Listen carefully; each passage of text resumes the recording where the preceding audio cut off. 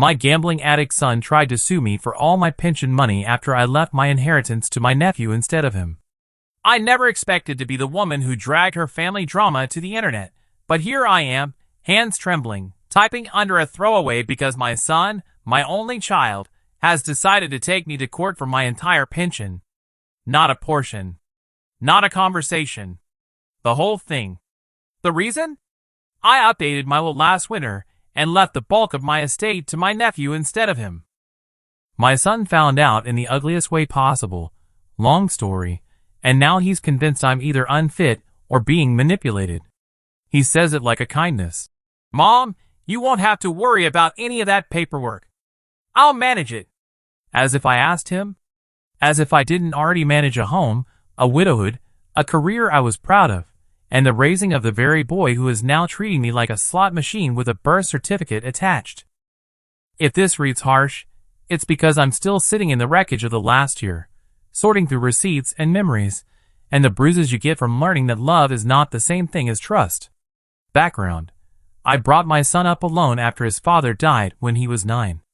It was hot dogs and double shifts, and one pair of good school shoes that I polished with olive oil when we couldn't afford polish. We were close. I was the mom who showed up with orange slices at soccer.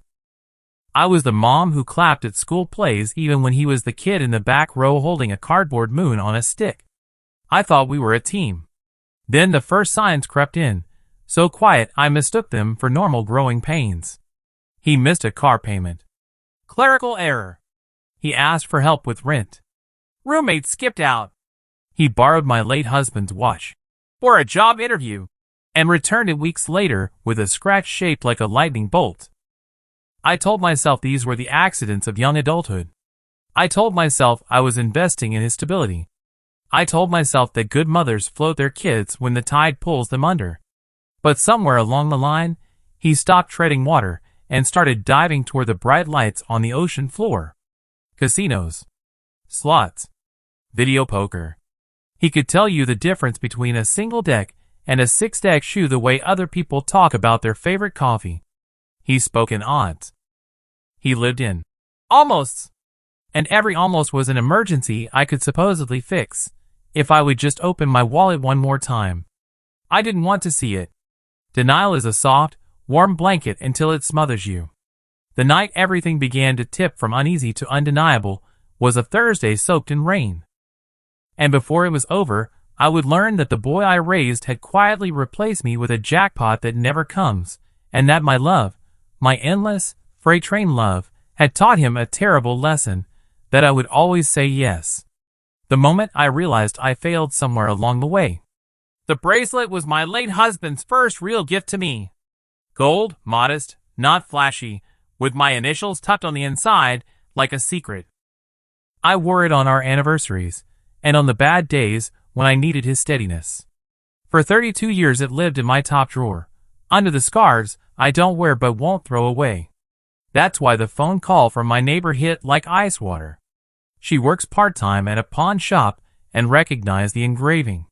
Is this yours? She asked carefully. Because someone just tried to pawn it. I knew before I arrived who the someone was, and still, seeing him at the counter curled me inward. He had that boyish half-smile, the one that used to get him out of trouble at school.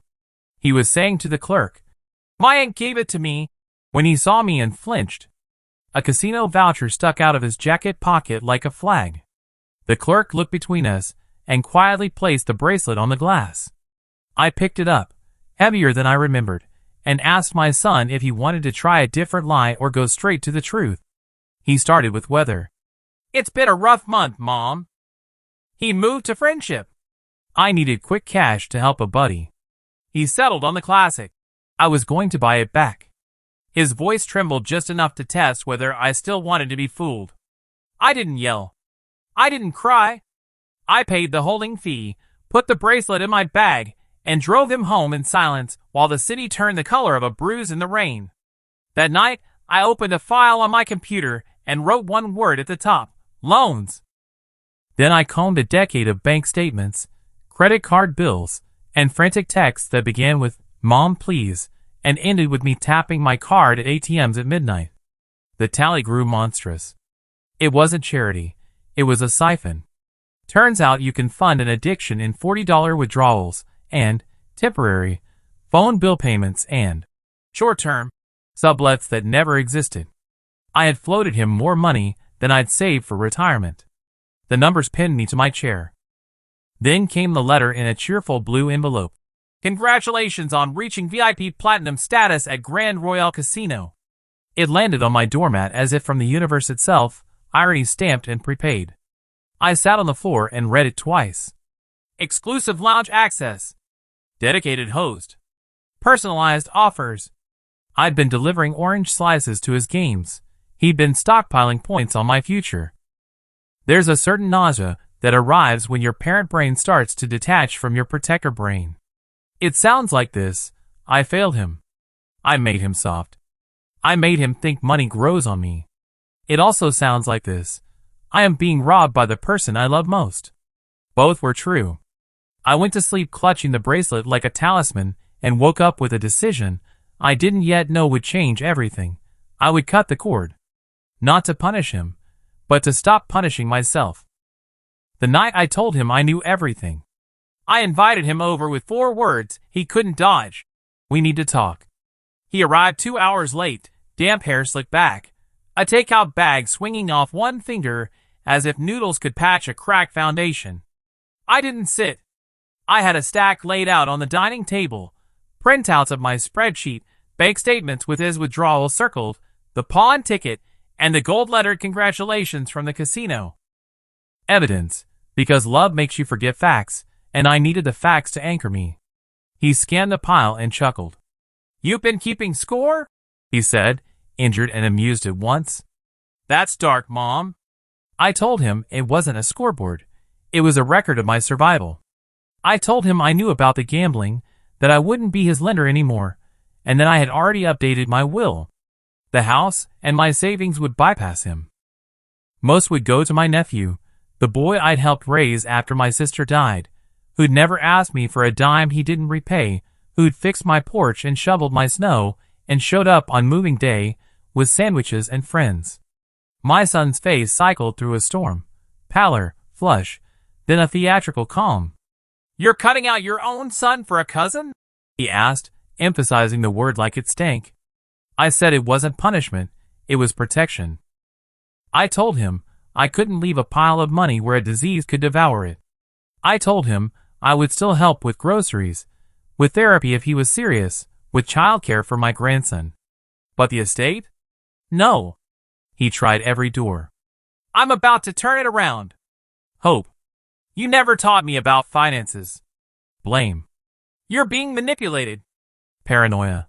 "One last loan, and I swear." Fantasy. When those didn't open, he kicked harder. "When you die, it's mine anyway," he said, cold as tap water. "You can't stop blood." I told him I could. I had.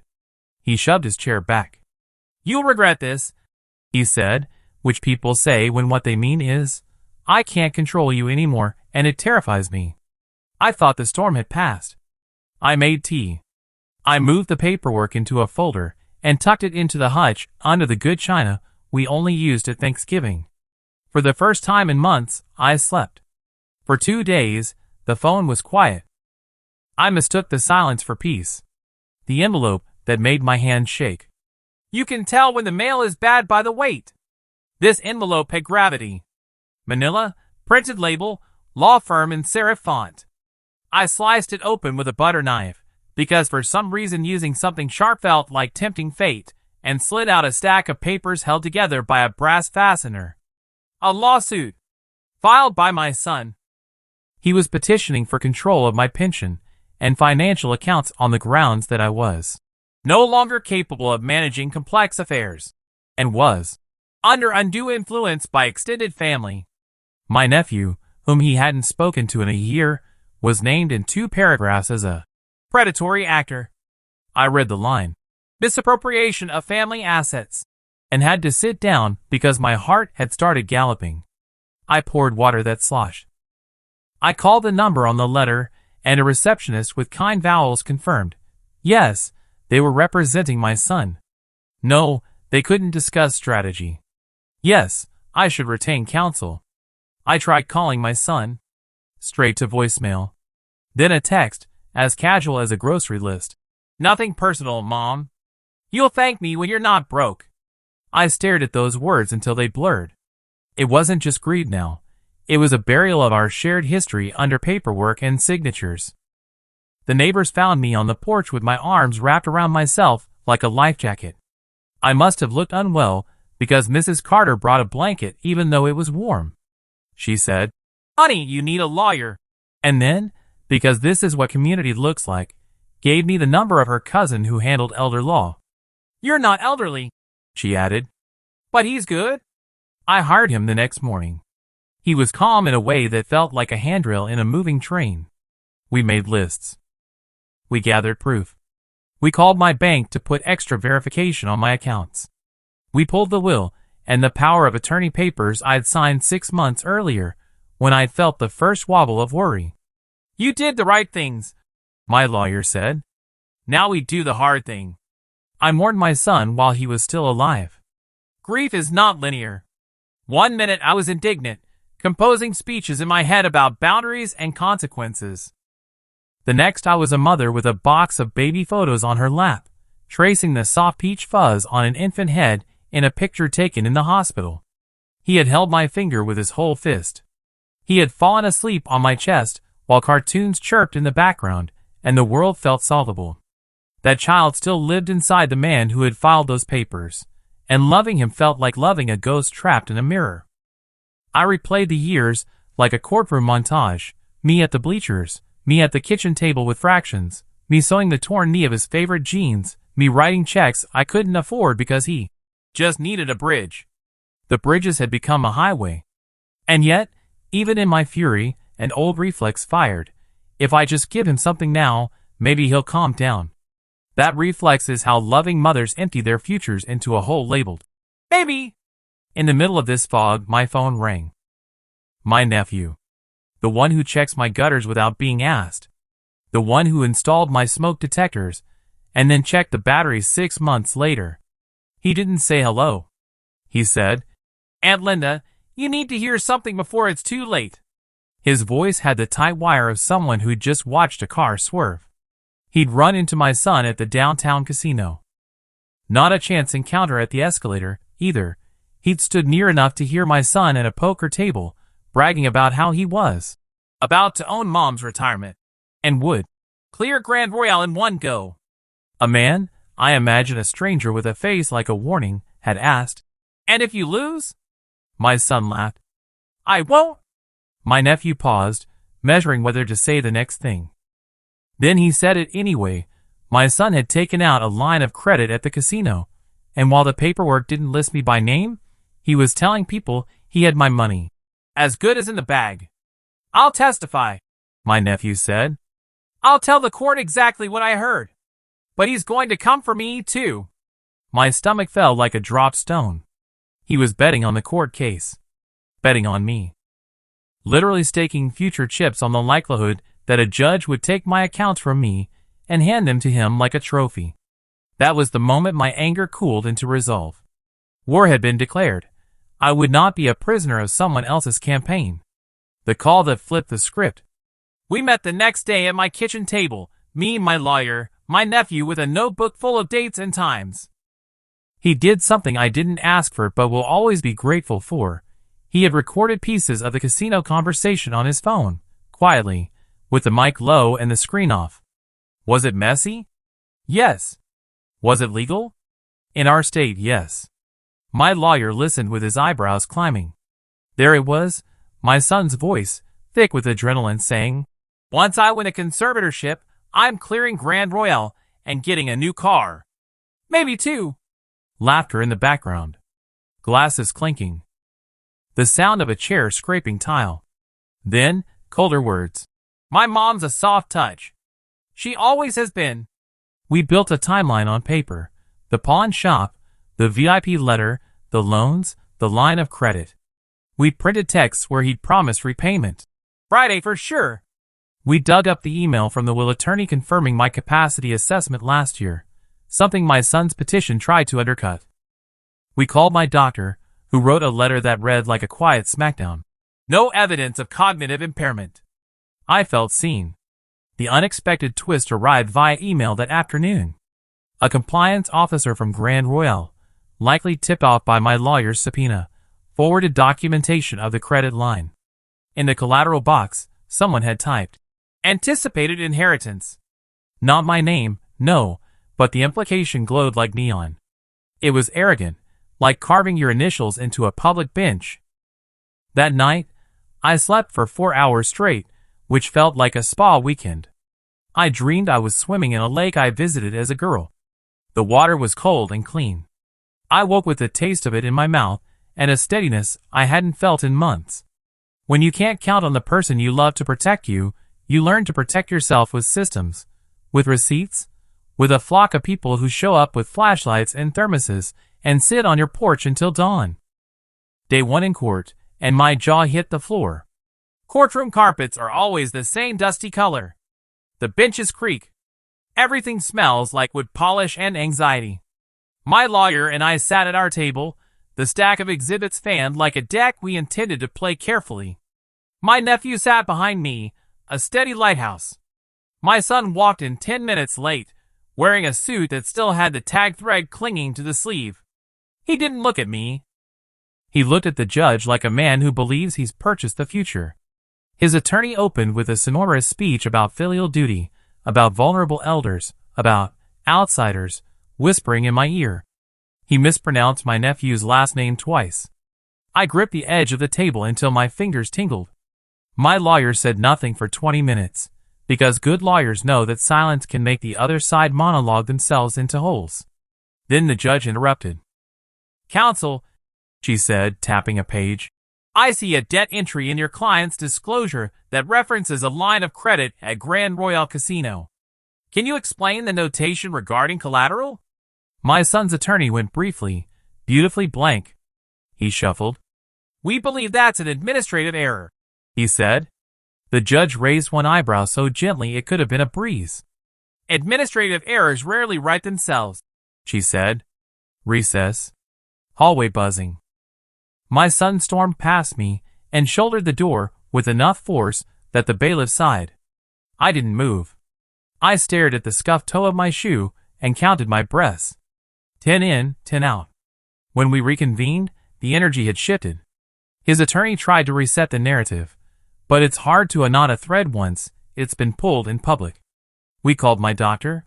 We submitted the will attorney's capacity evaluation. We entered the casino letter. We played the audio. The room went quiet in the particular way rooms go quiet when truth walks in on its own feet. The parking lot ambush. The first day ended early because the judge wanted time to review the new documents. I stepped into bright sun that felt rude after the dim formality inside. My lawyer answered a call.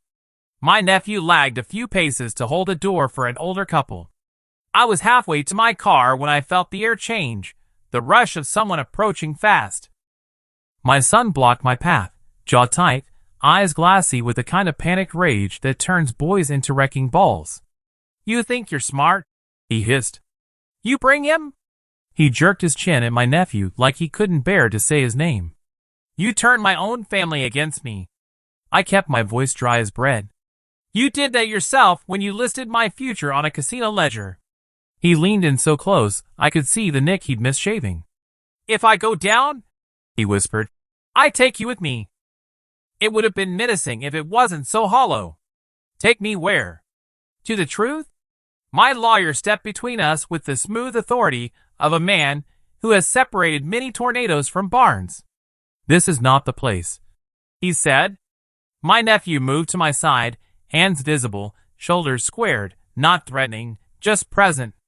Something in my son's face crumpled for a flicker. Then he spit on the asphalt, a petty punctuation, and walked away fast, shoulders stiff, like a man who's just realized the house doesn't always win. We filed an incident note with the bailiff, because paper is protection. On the drive home, my hand shook. My nephew followed me to the house and checked the windows, not because we expected trouble, but because caution is the companion of shock. He made tea. We sat at the table that has seen every version of me. Young wife, young widow, young mother, older mother, new grandmother, woman trying to learn how to love a child without drowning in him. The verdict I didn't see coming. Day 2 felt like the moment before a storm when the birds go quiet. The courtroom was cooler. My son's suit looked a shade wrinkled at the cuffs. My lawyer spoke simply, like pulling thorns. Here are the withdrawals, here are the promises, here is the pawn ticket, here is the medical letter, here is the will drafted while she was of sound mind. Here is the audio of your client boasting about using the court to acquire his mother's assets for gambling debts. He did not embellish. He let math and the sound of my son's laugh do the work. My son took the stand and tried a new story. Clerical error, jokes taken out of context, a misunderstanding with the casino that he was working to clear up. He looked at me for the first time in 2 days, pleading, a little boy for one last second, and I felt my spine soften before I remembered the envelope, the bracelet, the bedroom I once slept in while my debit card spat 20s into a machine to keep his lights on. The judge spoke slowly. Petition denied, she said, each syllable its own door closing. Dismissed with prejudice. She turned to my son. You will reimburse your mother's legal fees. The gavel landed, not loud, but final. My lungs remembered how to breathe. My nephew put a hand on my shoulder that said, We are still here. My son stood. For a moment, I thought he might apologize. Instead, he looked at me like a stranger who'd gotten in his way at a revolving door and walked out without a word. That can be a kind of mercy. Drama leaves so much residue. Silence can be a clean cut. What I learned after losing my son to greed. After the paperwork dust settled, the house felt like a museum of a life I only half recognized. I watered plants. I labeled folders. I put fresh sheets on the guest bed because my grandson stays over sometimes, and he likes the blue ones with the rockets. The first night, I slept through till morning. I woke with my face wet and realized I'd been crying in my sleep. Grief finds whatever exits are available. I wish I could tell you my son called to say he was sorry and asked for rehab brochures. He didn't. The updates come sideways. A cousin saw him at the off-track betting. An old friend says he's talking about moving to Reset. I hope the reset is real. I hope he finds a meeting with a coffee urn and a circle of folding chairs and a man with 15 years chip who says, You're not special. That's good news. I hope he hears it. Hope is free. It's the only thing I still give him without a receipt. In the meantime, I'm building a different kind of family out of the people who show up. My nephew checks the smoke detectors. My neighbor brings soup.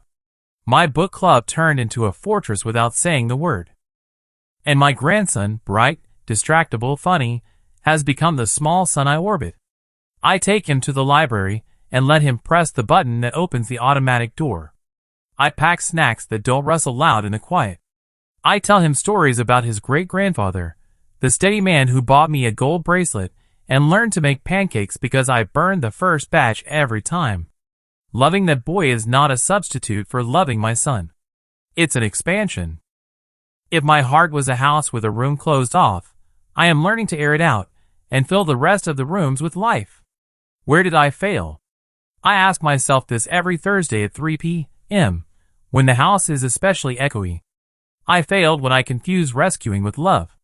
I failed when I taught him that the consequences would always be smaller than my fear of losing him. I failed when I believed the story that good mothers fix everything. Here is what I am learning. Good mothers tell the truth. Good mothers hold the line. Good mothers sometimes become the villain in their child's story to avoid becoming a victim in reality. Forgiveness arrived not as a trumpet but as a quiet permission I gave myself to stop clenching. I forgive my son because the alternative is carrying him like a duffel filled with rocks. Forgiveness is not the same as access. He does not have keys to my house or my accounts. He has a mother who will answer the phone if he says, I'm ready to get help, and a grandson who is loved fiercely in a way that asks nothing from him but his childhood. If you're reading this and your stomach is in knots because you recognize your family and my mistakes, here is my advice. Document everything. Put fraud alerts on your accounts. Tell your doctor. Change your will while you are clear-eyed and strong, and do it with a lawyer who isn't your cousin's friend. If someone calls you cruel for protecting what you built, consider the source. If you wobble, because you will, call a friend who doesn't gamble with their empathy. Build a porch of people who bring blankets when the weather turns strange. I kept my will as it is. My nephew will inherit the house that he mows and the savings he never asked me to spend. I've also put aside something small for my grandson in a trust that doesn't unlock for a long time, because guardrails are love. As for my son, if he ever shows up at my door clean and shaking and honest, I will make him tea and sit on the step with him until the sky lightens. I won't hand him my future, but I will hand him a list of meetings, a ride, and a hug that doesn't reach for my wallet. This is the part of the movie where the credits would roll. In life, there are credits, just the next right thing. Today that was writing this. Tomorrow it might be replacing the smoke detector battery before it chirps. Small wins.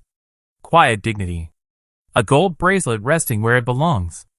And me, finally learning that love is a boundary with its arms open, not a door with its hinges broken.